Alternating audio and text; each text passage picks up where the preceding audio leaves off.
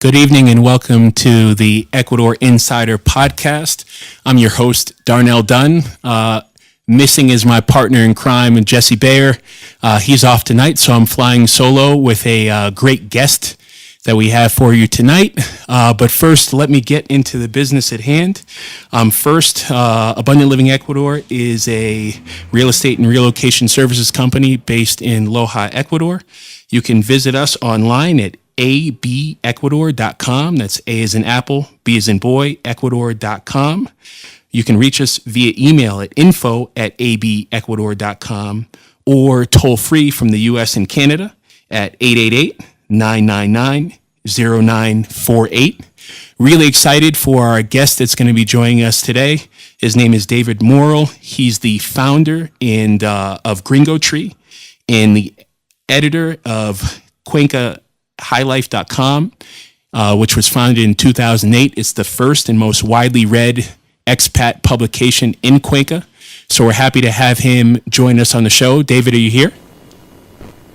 I'm here. Yes. Great. Thanks again for joining us this week. We figured we'd get into a couple of different things. Obviously, being the editor of a really large and widely read news publication, you're really informed about all things Ecuador, so we definitely wanted to chat with you about that. Also, some current events going on in Ecuador, like the upcoming presidential elections, and just your story, how you made it to Ecuador and what you like, what you dislike. So I figured I'd turn it over to you, and we can start wherever you'd like. Okay. I first came to Ecuador in 1995 with my father, who was a bird watcher. And I was looking for countries, he was looking for birds. So I came back 2004, 9 years later, and to stay.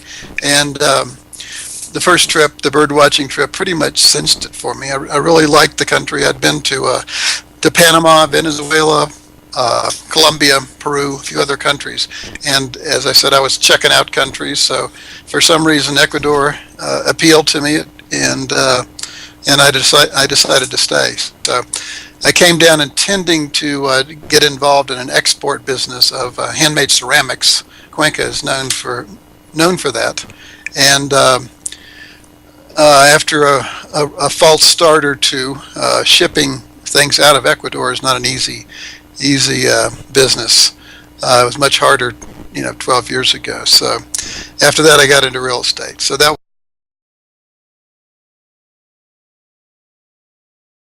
Oh, very cool.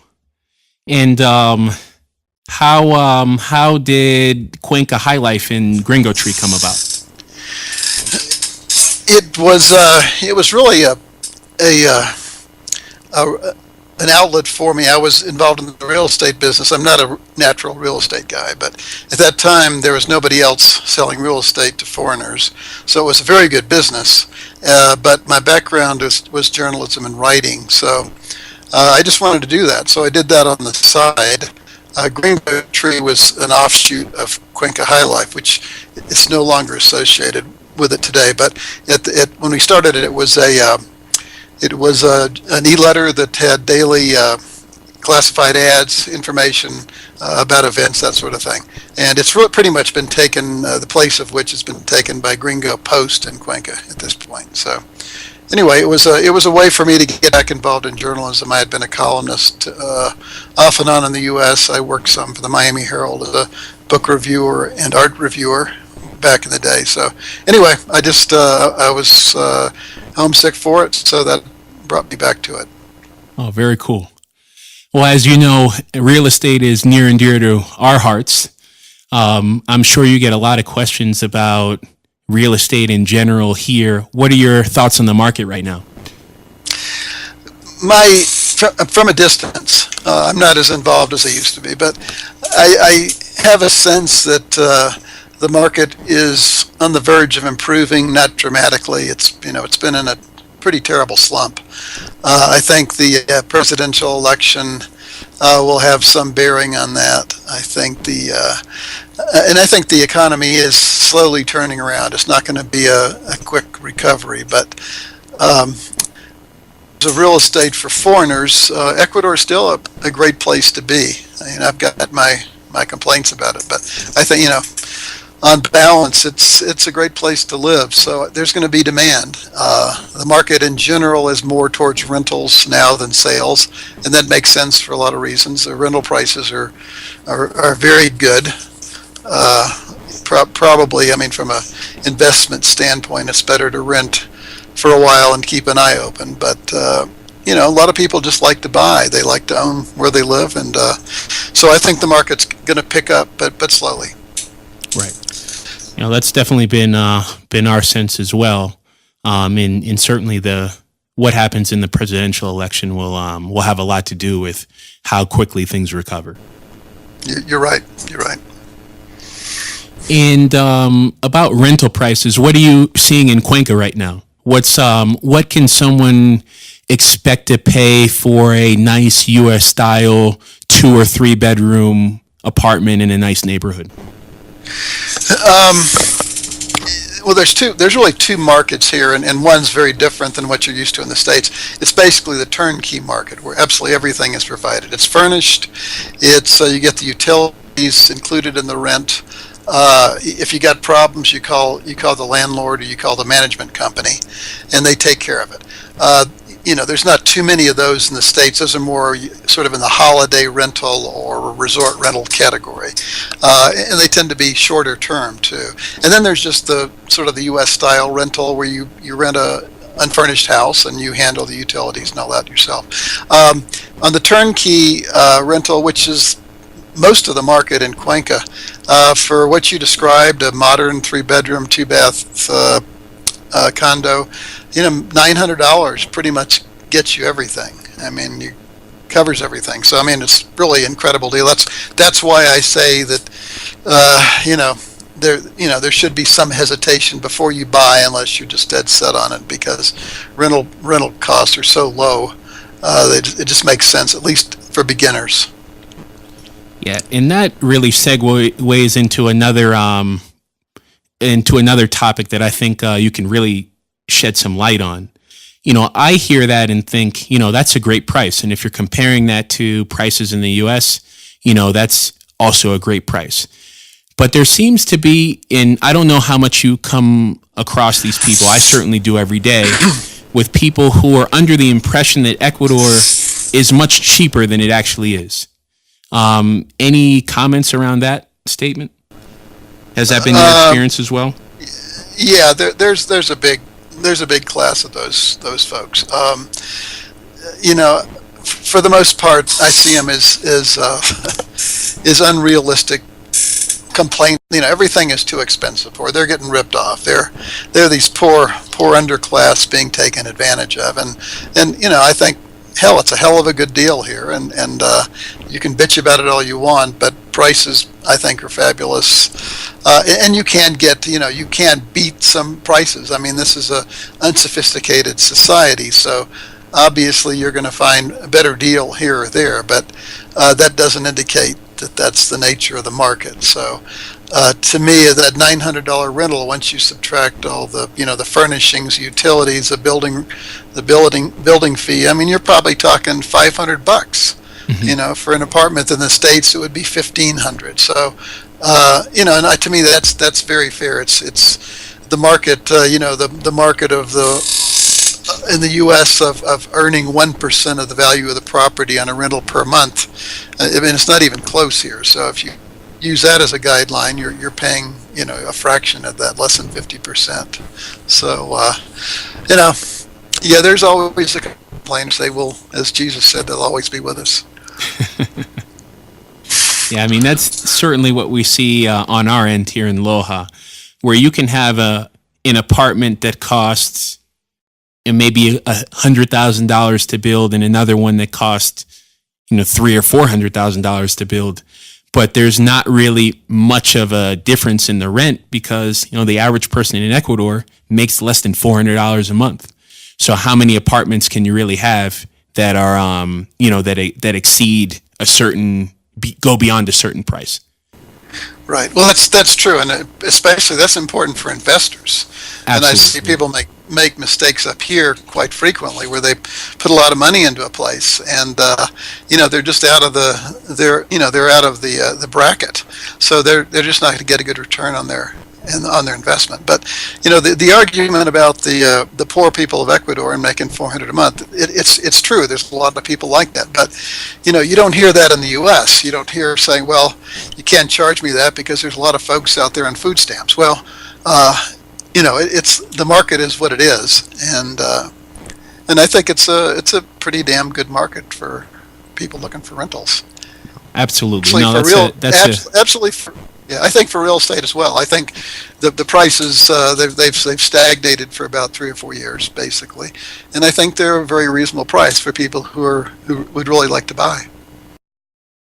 Absolutely, and it seems as though, and this has just been my experience in real estate. I wonder if you've had the same experience in your time in the business, but it always seems to me as though this part of the year that we're coming up on, after the holidays, anywhere between the end of December and mid-March, and then also in the summer months are the times where people who are interested in relocating to Ecuador were checking things out. That's really the time where most people come to see it.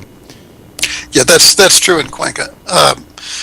The wife manages about 60 properties for rental properties, and so that's her experience too. She's busy right now, and will stay busy for a few months. So yeah, that's you've got the seasons right. Yeah, that's that's really interesting. So you're really you have a lot of experience with the rental market in that way, and when people are coming in and things of that nature.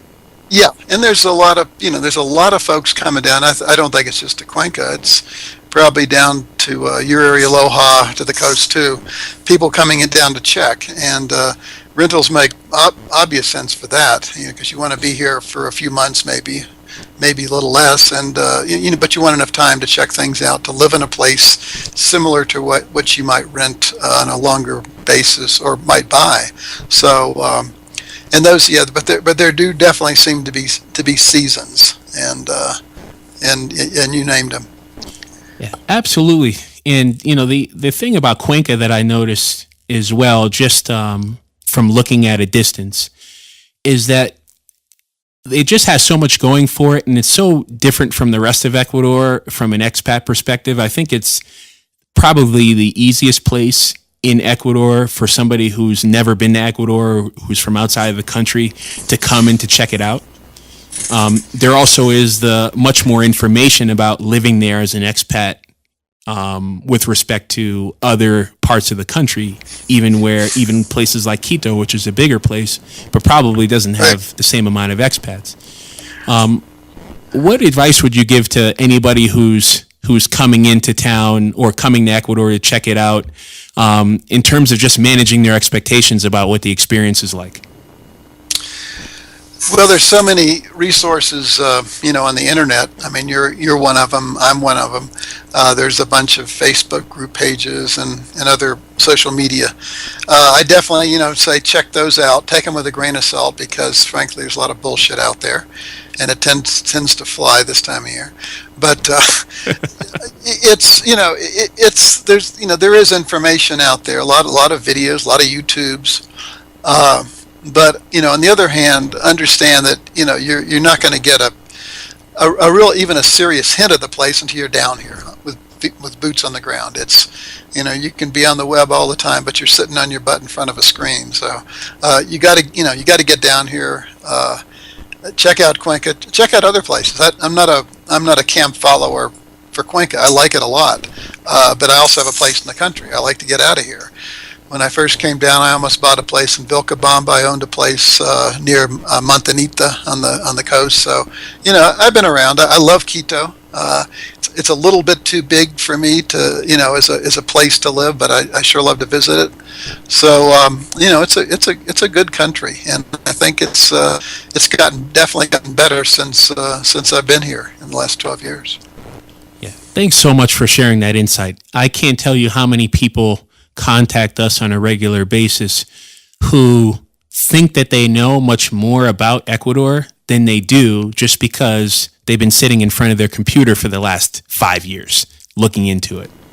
And there really isn't any substitute for coming and checking it out. And anybody who's serious about coming to check it out should absolutely do that. There's really not, and the thing that's frustrating for me about it, not in so much as it's a time commitment for me to be in touch with them, but more so because I know from my own personal experience that they're not going to achieve what they say that they're trying to achieve. Yep, that's true. Yeah. And I think, when I came down here, 20 years ago, I was subscribing to International Living, which at the time was a one-color newsletter. It wasn't even a magazine. Ugly as hell. Really? There was no internet. They may have had a website, but it was like a brochure site. It was addresses and whatnot. And it was, it was little adventure stories, and that sort of got me hooked. And I had to go to the library, believe it or not, to get information. I mean, how quaint is that, huh? So I had, but I knew I had to come down and spend some serious time to know what the hell was going on. And I think the internet, deludes a lot of people into thinking, oh, I've got it licked. I understand everything. Joe Blow on Ecuador Expats told me this. Well, you don't know shit, honestly, until you get down here and check the place out. Some people just don't like it, and that's fine too. I mean, check out other places. No, that's great insight as well too. Yep. Another thing that comes up with a lot of people is Spanish. First off, how's your Spanish? And secondly, from your experience, how easy is it for someone to get along and live their life here in Ecuador without being a fluent Spanish speaker? My Spanish is passable. My misfortune is I'm married to a Cuencana, so entonces soy muy perezoso, which is to say I'm lazy as hell, because she speaks good English. That should have been the prelude to that. But I get by, and to me the language to a certain extent is essential. I mean, it's essential to be able to get by on your own, no matter how you communicate. And that involves, obviously, learning some Spanish. I know people who don't know very much, but they're very respectful of the people and the culture and the language. They're respectful of the fact that they're ignorant to some extent of the language. And they get along fine, and they work at it. Now, the people who have problems are the ones who don't work at it and are afraid to go out to the tienda to buy a beer or a stick of butter because somebody's going to say something they don't understand. So, I think obviously it's best to be totally bilingual, but very few of us will ever achieve that. Beyond that, I think you have to study it and work toward it as long as you're an expat, or it's going to bring you down. So I know people who know very limited Spanish, but because of their approach, they get by quite well. They're respected by the Hispanics they live and work around. So I'm not one who says you have to be fluent in Spanish here, but you need you need to have respect for the language and the culture, and work towards understanding it and being fluent in it. Oh, so really what I'm getting from you, David, is just that you just have to have the right attitude towards it. Yeah, I think so. I mean, and honestly, the expats in Cuenca, in general, are an older set, 55 to 70, and it's extremely difficult to learn a new language at that age. But it can be done, and most of it is just it's an attitude thing. It's a willingness to try to adapt a little bit, to make some changes, and they're not easy changes. They're tough. Yeah, absolutely. To your point, I've seen lots of people who are not even close to fluent in Spanish here in the Loja area. We definitely don't have as much expats as you all do up in Cuenca, but and I would say it's almost in a certain way outside of Vilcabamba more challenging, because I find that less Ecuadorians are familiar with English or speak English than the average Ecuadorian in Cuenca. But I've definitely seen people be successful and do the things that they need to do. Go to the store, handle their daily affairs, even manage construction projects without really knowing a whole lot of Spanish. So definitely I would say that the attitude is key. Just being open to learning, being flexible, and just being able to laugh at yourself a little bit when you pronounce something wrong or say the wrong word or what have you. It's an adventure. Yeah, it's an adventure, and fortunately and unfortunately sometimes. Right. So the another thing I wanted to get your feedback on is just the expat experience. What was it like for you coming here in 1995 and then again in 2004 to stay? What compelled you to stay? What did you like? What did you dislike? What were some of the challenges and some of the success stories during that process for you?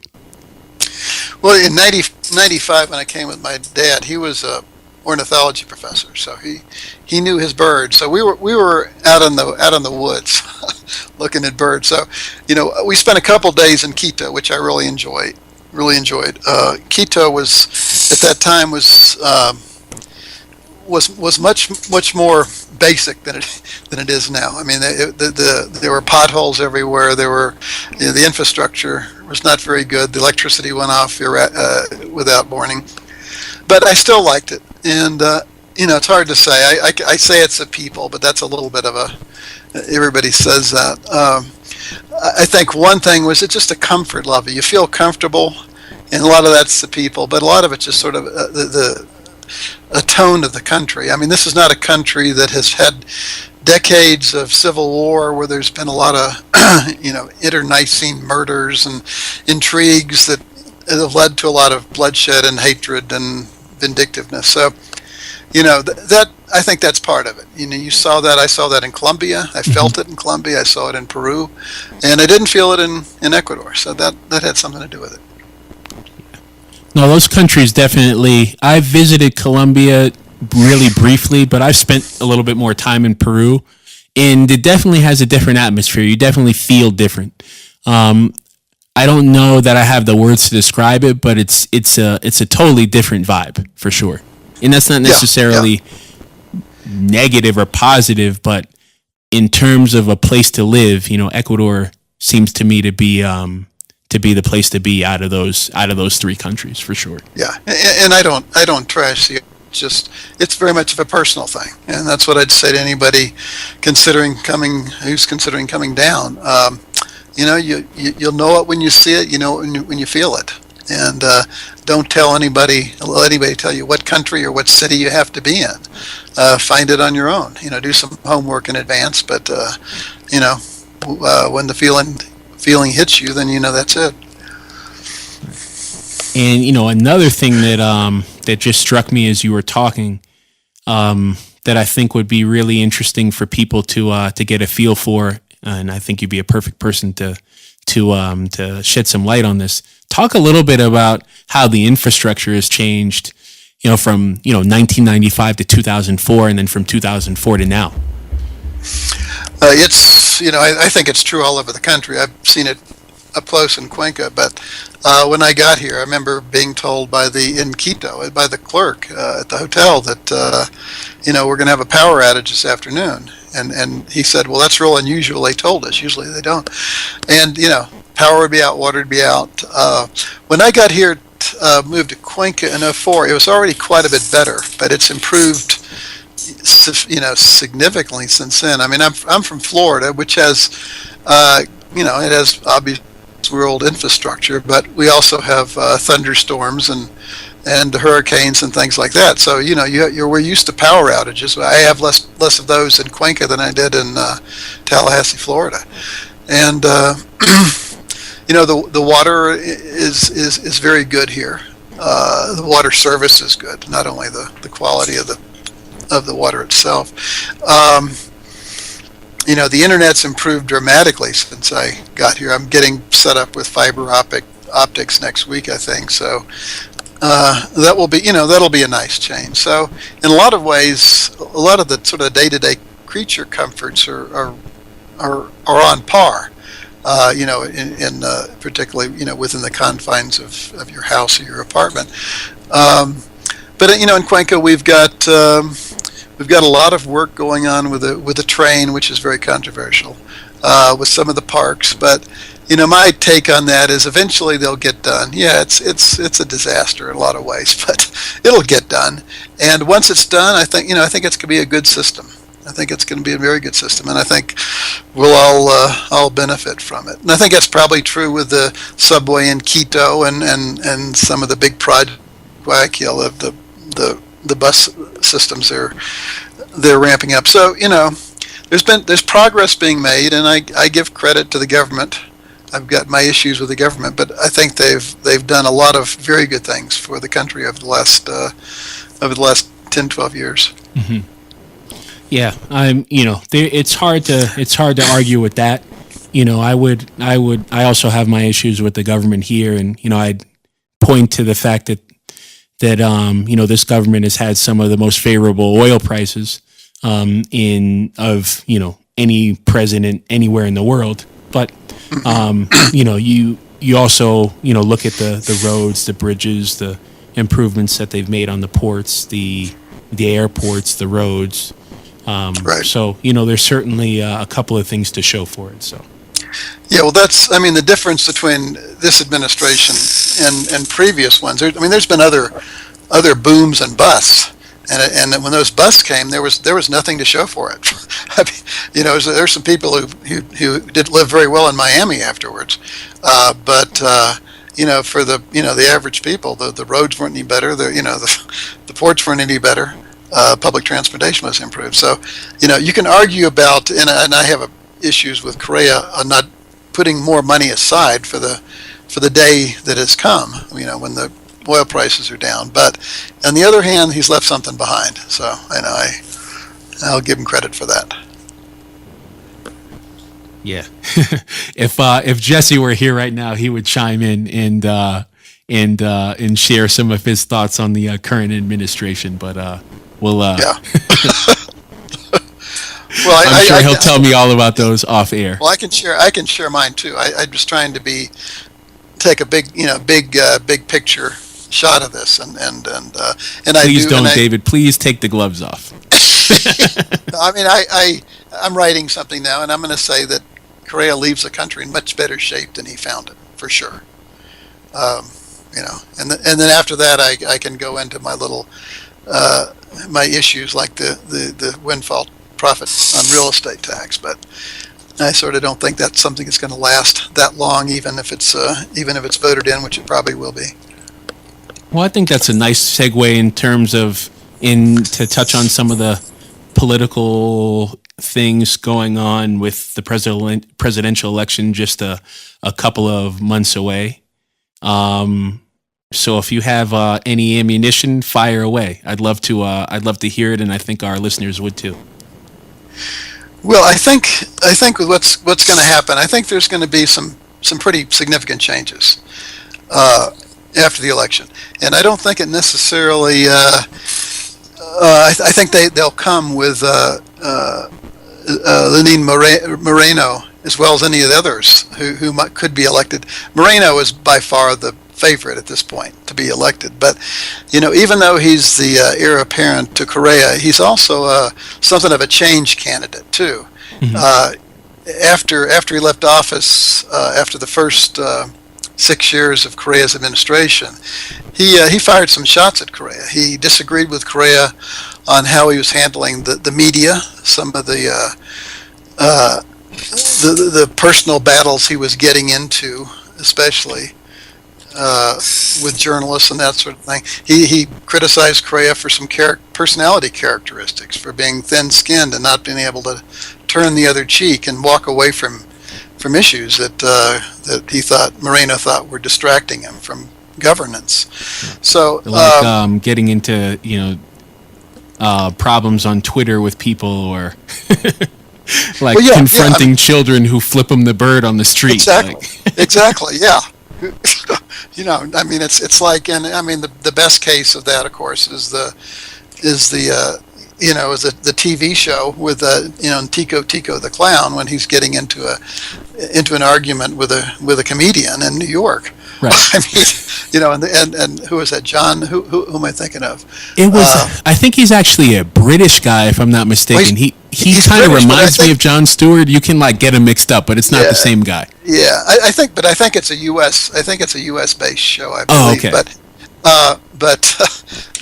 The fellow finally said, "Well, don't you have a country to run?" I thought it was brilliant. Yeah, you want to fight with me? Well, we can keep fighting, but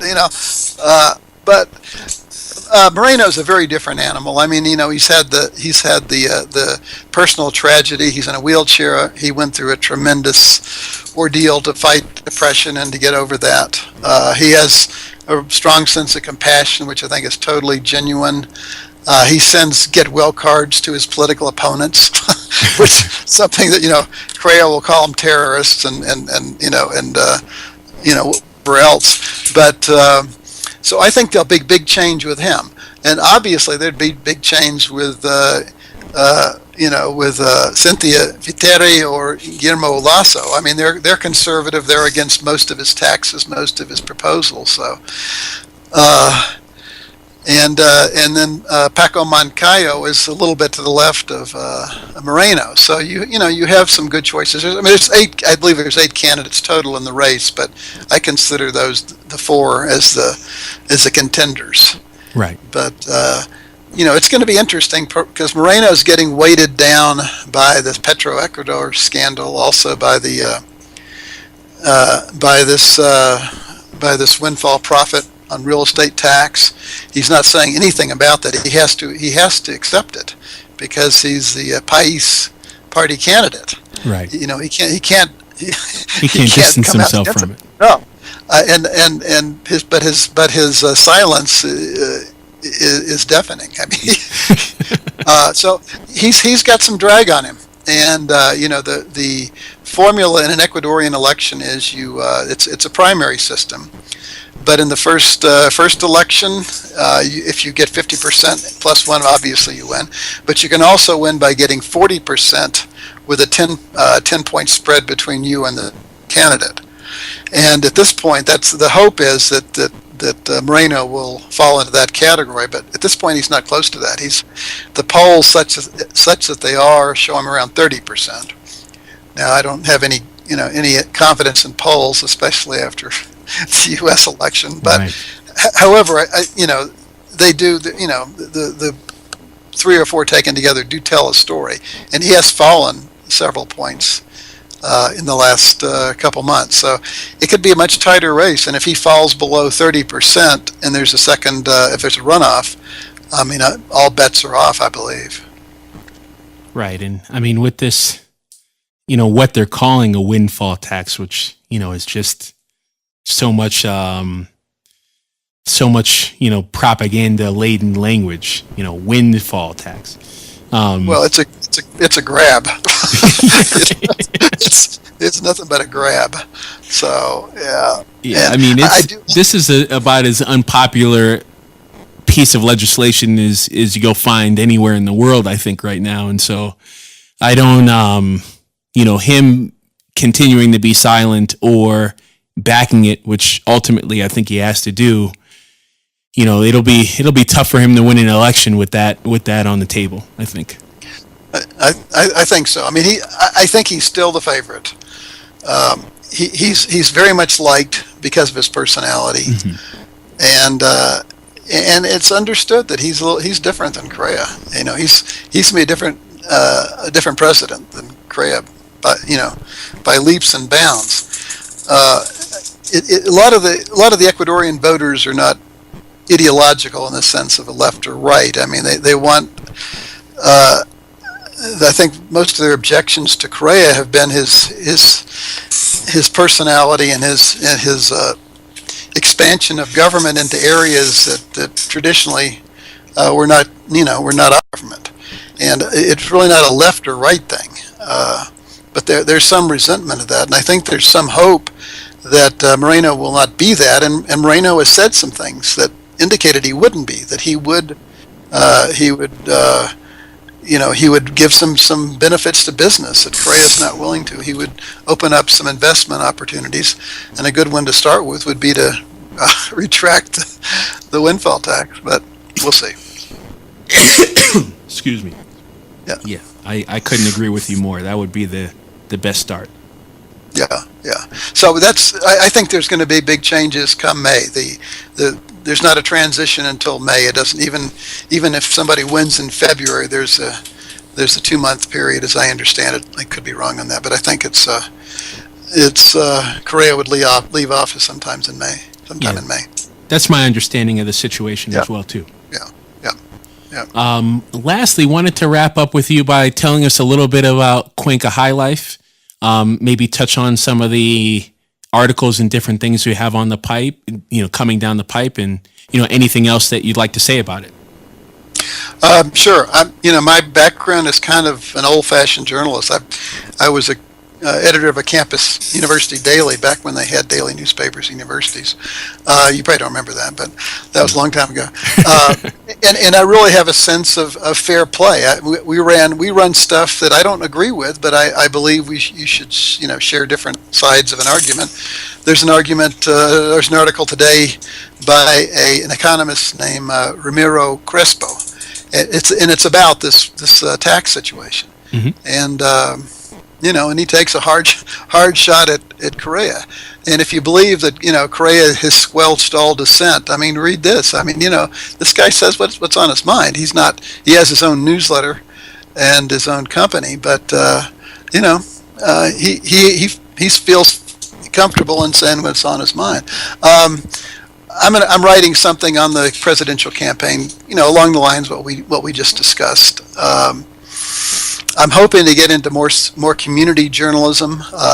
We're thinking about doing a little bit of a sort of a expat community journalism fund where people can contribute to Cuenca Highlife to sort of expand our local coverage. And a lot of it would be getting into personalities, but doing stories, features on business, and that sort of thing that we really don't have the time to do right now. It's pretty much it's me and a couple other guys pitching in. So.